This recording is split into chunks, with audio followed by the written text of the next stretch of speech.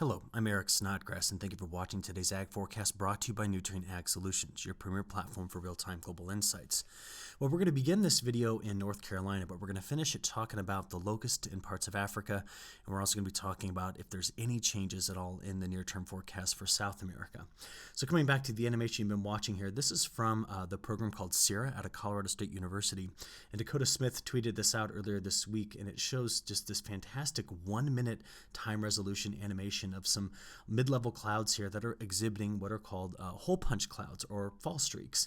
So this is the result of, I think, some unintended cloud seeding, more than likely due to some high thin cirrus dropping in some ice crystals into this layer of supercooled water in this cloud, converting it over to snow, which is where the fall streak comes from.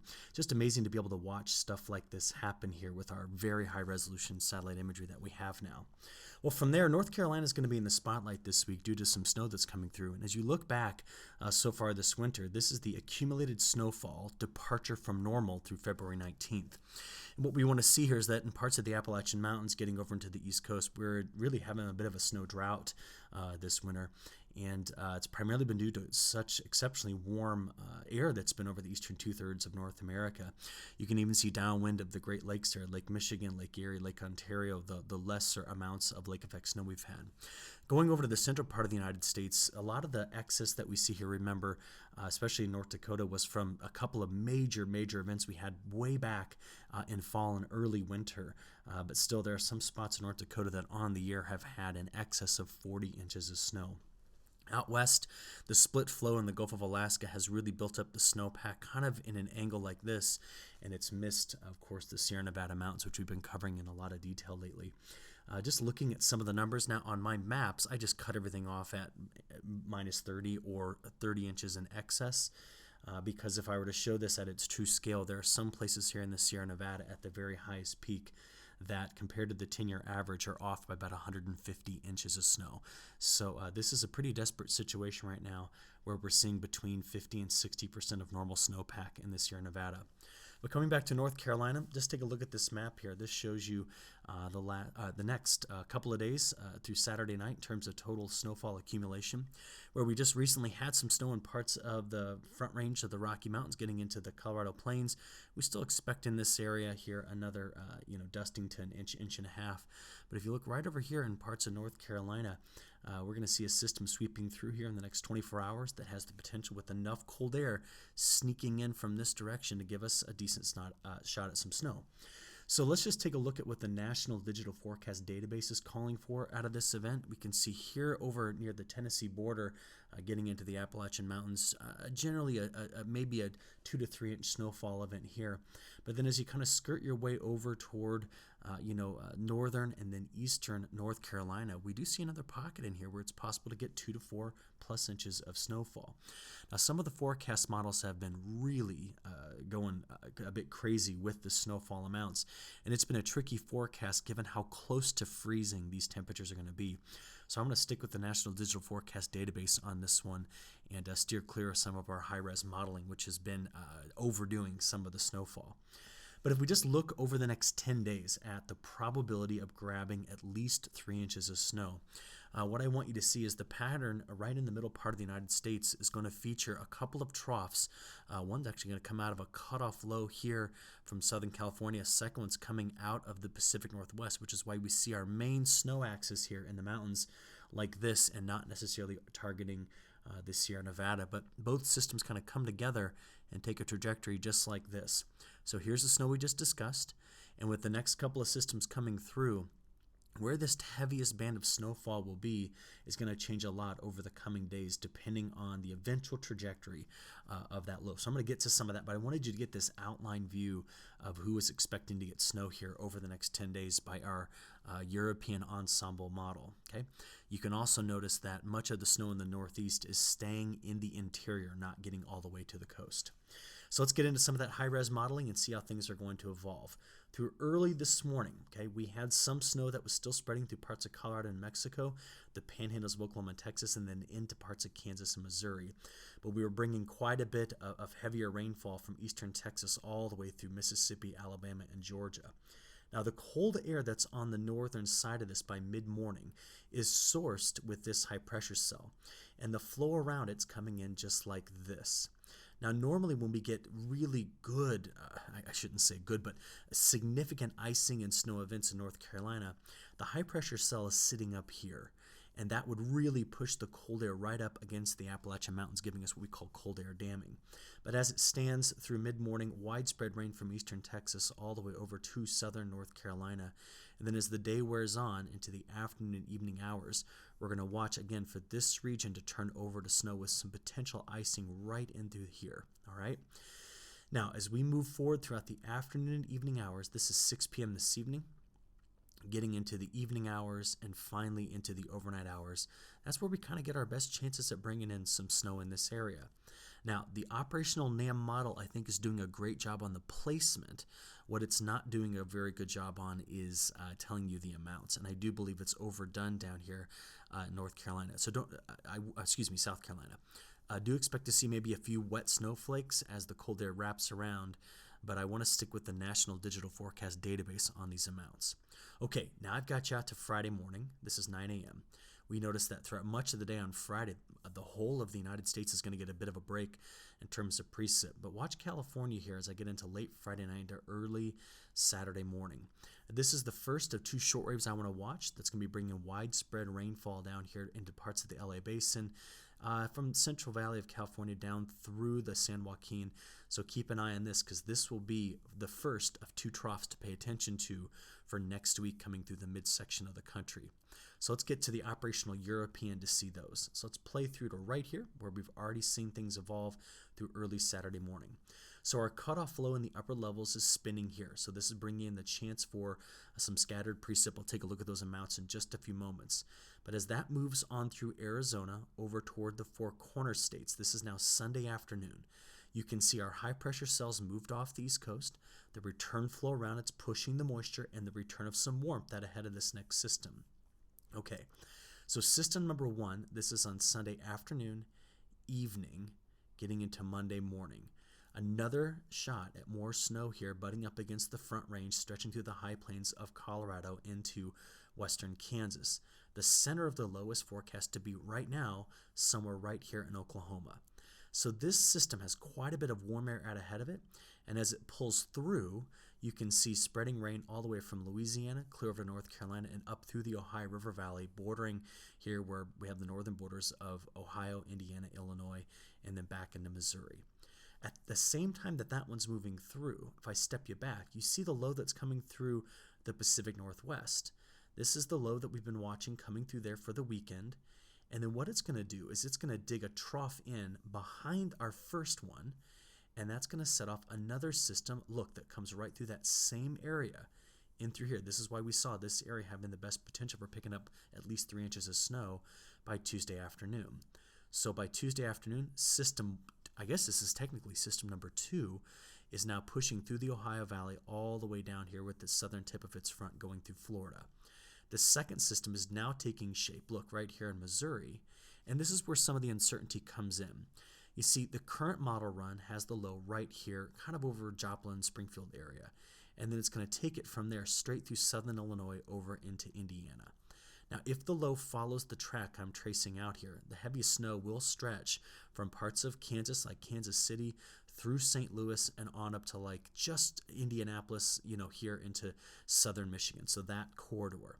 If that low shifts at all south, so does the snow track, or if it shifts north, so does the snow track as well. And the current operational model brings it through here, but the ensemble wants it a little bit farther to the north. One thing is clear with this next system coming through, very, very windy conditions around this one. So as that low tightens up, compare it to the high pressure cell that's on the back side, very windy conditions. But as they've all been doing, as they pull through the north and east, the snow stays in the interior. It doesn't seem to want to get all the way to the coast, and that's what this system does as well. Now after this, it seems as though the pattern is trying to change a little bit, and as I take you through the end of next week, we kind of see that things really calm down in the central part of the United States. So let's take that and put it all together. Starting from the west, we'll work our way to the east.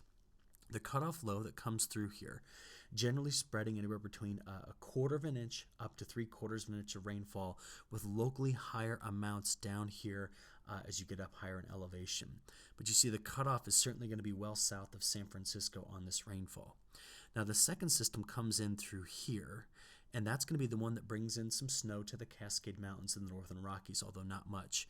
But in the central Rockies, now we're talking about adding up that snow. The current operational run wants to put down the heaviest precip into this area. But remember, some of our ensemble members have this farther to the north. But as it stands right now, quite a bit of precipitable water with this system rolling through that area.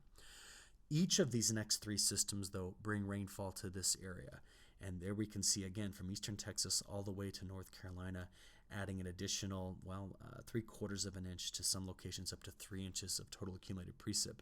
And this is just through next Wednesday evening. Who's not getting the precip? You can kind of see it's up here in parts of the Dakotas, Minnesota, and Wisconsin, a place that you saw earlier has had quite a bit of excess snow so far this year. But that region down there where we're going to add at least another inch to 2.5 inches of rainfall over the last 2 weeks has seen some horrific flooding in this corridor, where still we're using our enhanced color bar to show that in the last 2 weeks we have some places that are well over a foot of rainfall in that region. So this is just an area that has really got to be watched quite carefully.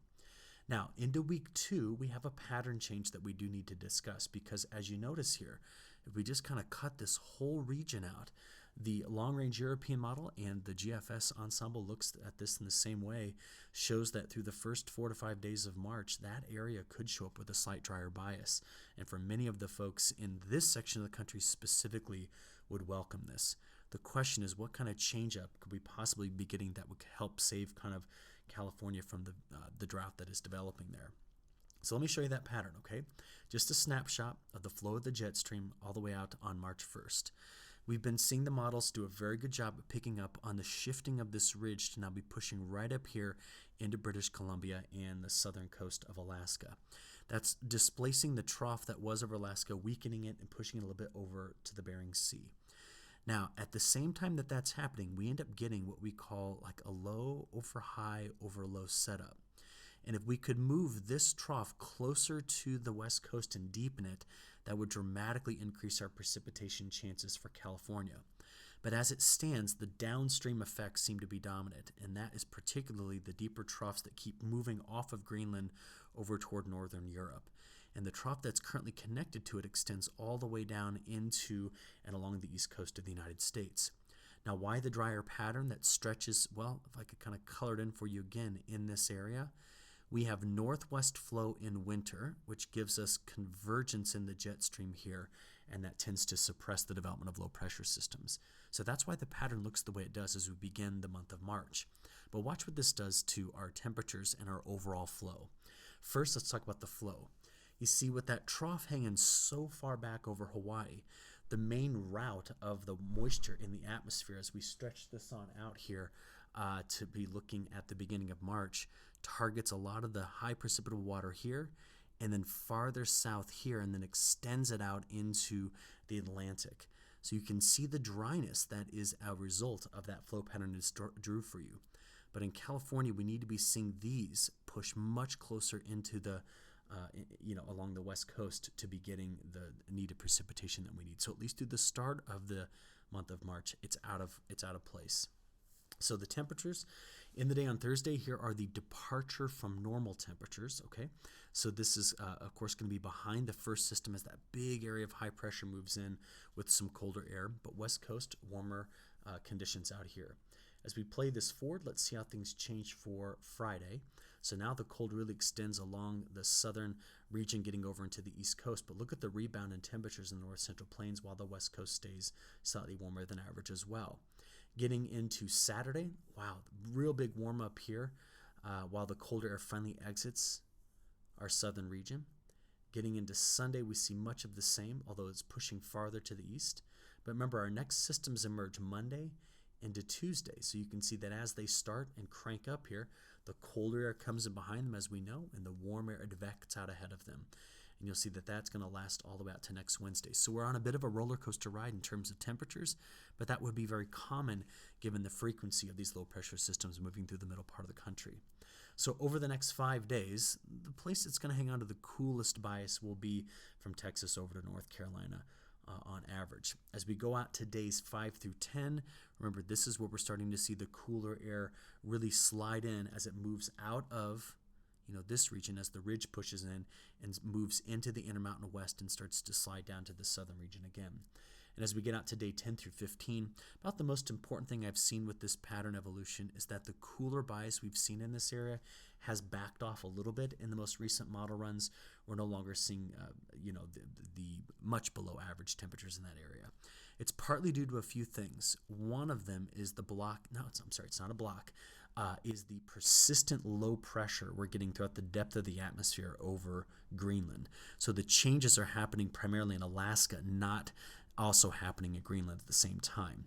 And to add to that, the polar vortex is remaining quite strong, which is why without it weakening, it's very difficult to get really, really cold temperatures to extend deep into the eastern half of the United States. And are the tropics aiding in this at all? Well, the MJO right now is hanging out just outside of null phase here in phase 5-6 and is forecast to come over toward phase 8-1.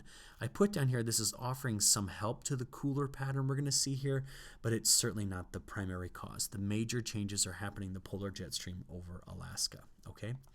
Now, one last thing before I get to Africa.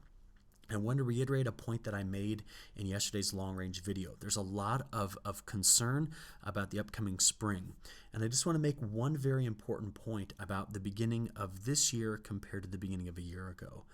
The behavior in the Pacific and the behavior over Greenland are remarkably different. Those two regions are remarkably different from a year ago.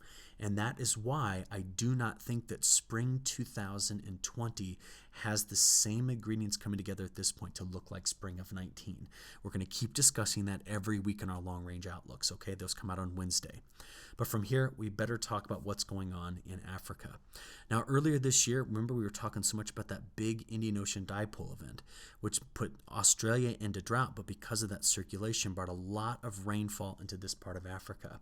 Well, with that sinking motion in this area and the rising motion here when we look in the upper levels of the atmosphere, we had repeated heavy rainfall events. And apparently that was just a perfect combination of things to really allow for the desert locusts in this area to, rapidly expand in numbers and come out. And so this is what we're dealing with. Now, right now, I pulled this from the Food and Agriculture Organization from the United Nations, but this is an image from a Washington Post article. While we have seen outbreaks in part of Pakistan, Iran, we've also seen them over in India, the current big swarms that you're hearing about are in this part of Africa, Ethiopia, Somalia, and Kenya. And they have been exceptionally destructive. But right now, we're trying to understand if our wind currents are going to be pushing these over towards Sudan and eventually maybe up toward Egypt. And the question becomes, is there any sort of long-term or longevity to this? Now, they have been out in force trying to spray and get these things knocked out, but it's something we're watching very carefully. I want to finish up with a quick discussion on South America. Pause the video and take a look at some of the notes here. I included these yesterday from the long-range outlook, but pause it and take a look. The latest longer-range outlook for the next week at least holds true from what we discussed yesterday, and that is where we're actively trying to harvest a crop and put in that safrinha crop. Things do look wet over the next week, while dry down in Argentina, but remember Argentina just saw quite a bit of precipitation in the last few days here. So wet could impact harvest efforts here, slowing things down, but we notice as we get out into week 2, we see more normal precipitation here. I am getting concerned about the longer-term prospects for drier conditions in Argentina because the longer-range models want to keep this section of South America very wet through the month of March, and very dry down here in Argentina. But as we discussed yesterday, we're going to have to watch this week by week as predictability is quite low in South America right now. With that, I'm going to wrap it up. Hope you all have a great end to your week. Thank you.